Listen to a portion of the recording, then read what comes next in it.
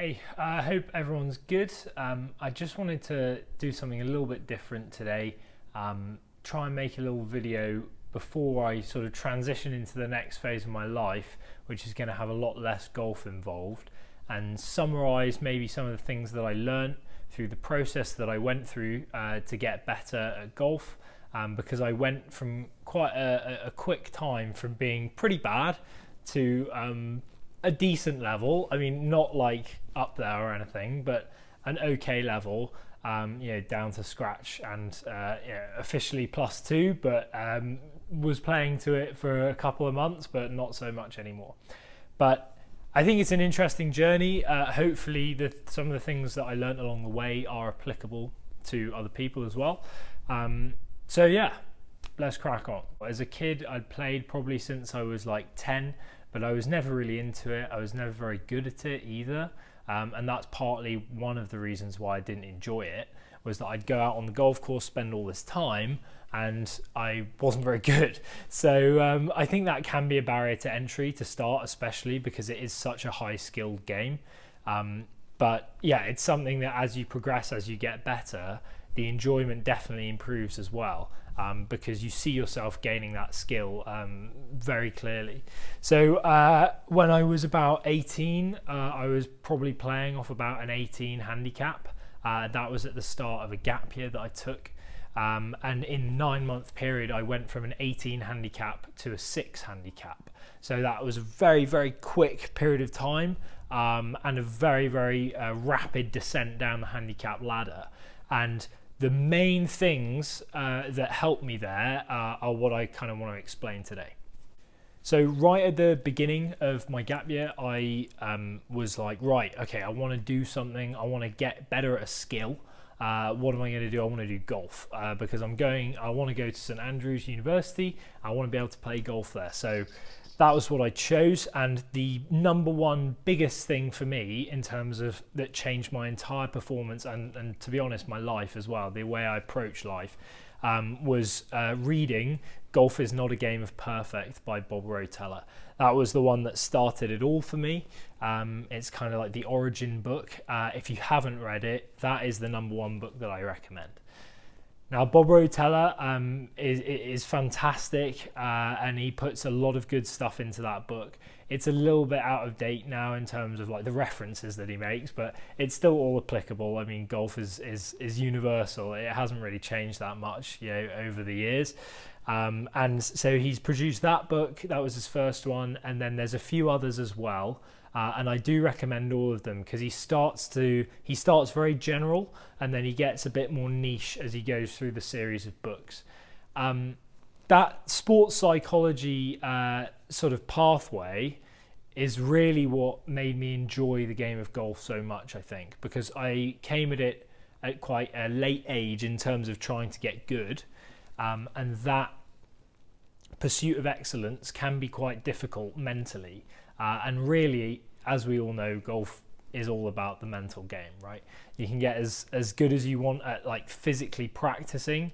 You see like Mo Norman as an example of that, like absolutely fantastic on the range. But the transference to the golf course and competition, if that's your goal, that's really what golf's about, and that's all about the mental game. The best guys in the world, their good shots are all as good as each other, but it's the bad shots and how good are their bad shots that really make the difference, especially out on the tours. So I would highly recommend that book to start. A few others, there's Zen Golf is a really good one. I know that Eric Anders Lang's talked about that one a lot. It's a very good book, and kind of talks quite a lot about meditation aspect as well. And that's something that I started to incorporate later on during my gap year. But really, initially, just kind of thinking about the game more strategically is what got my scores lower to start. So, of course, it's a combination of physical practice, starting to do what they call deliberate practice in that kind of sports psychology field. So it's practicing with intention of what you want.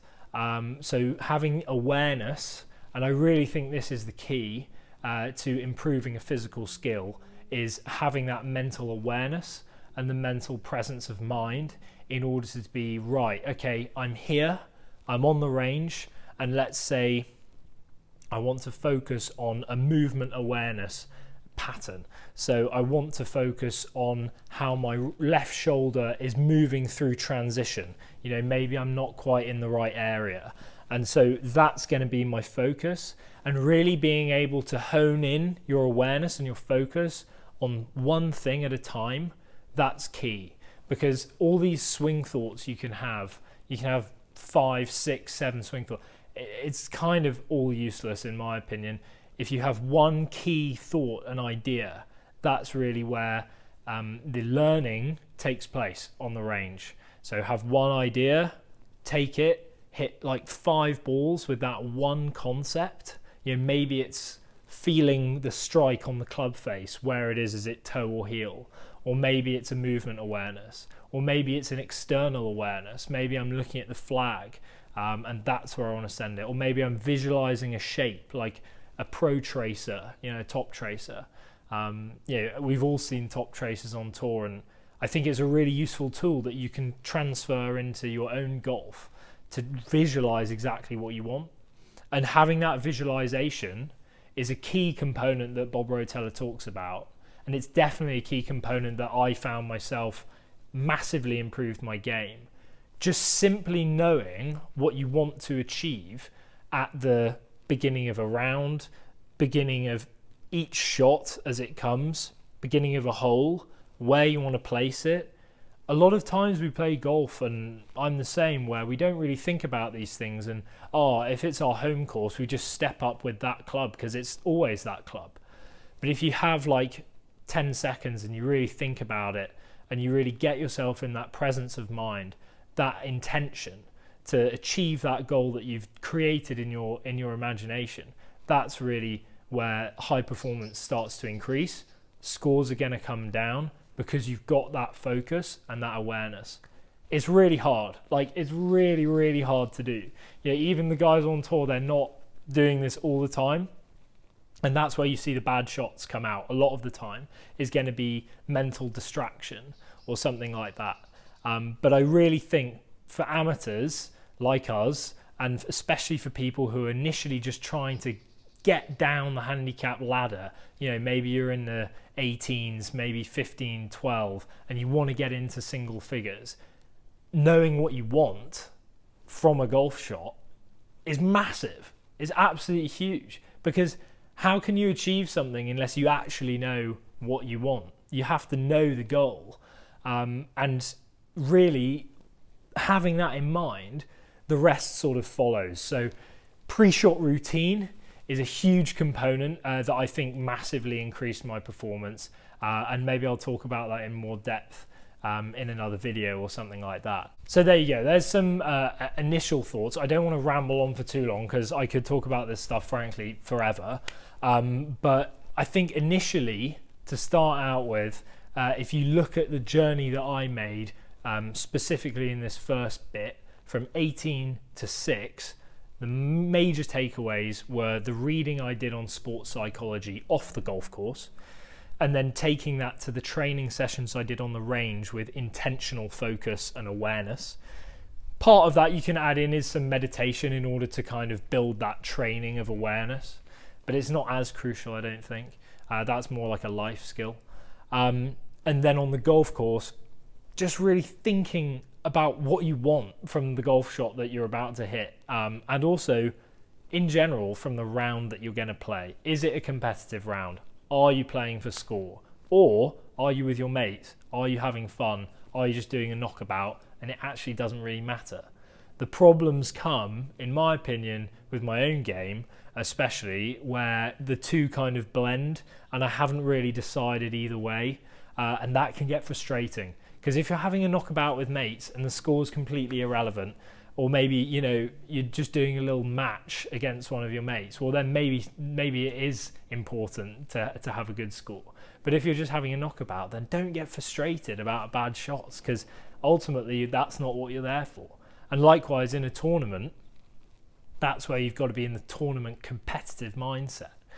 And I think the biggest thing to get handicaps down quickly is put yourself in those environments to play competitive golf as soon as possible. Just get yourself out there, because it's a different state of mind, and that's the state of mind that you're going to need, the focus, in order to get those scores in on the handicap system, because you'll need to play competitions. You can put general play in, of course, but playing competitions, that's really where you're going to learn about your golf game the most, I think. So ultimately, I did end up getting into St Andrews University, and I was very excited, obviously, for the golf up there. And I started there at about 5.5 or 5 handicap, and over 4 years of my undergraduate, I got lower and lower. I think I was off about 2-1 towards scratch by the end of that.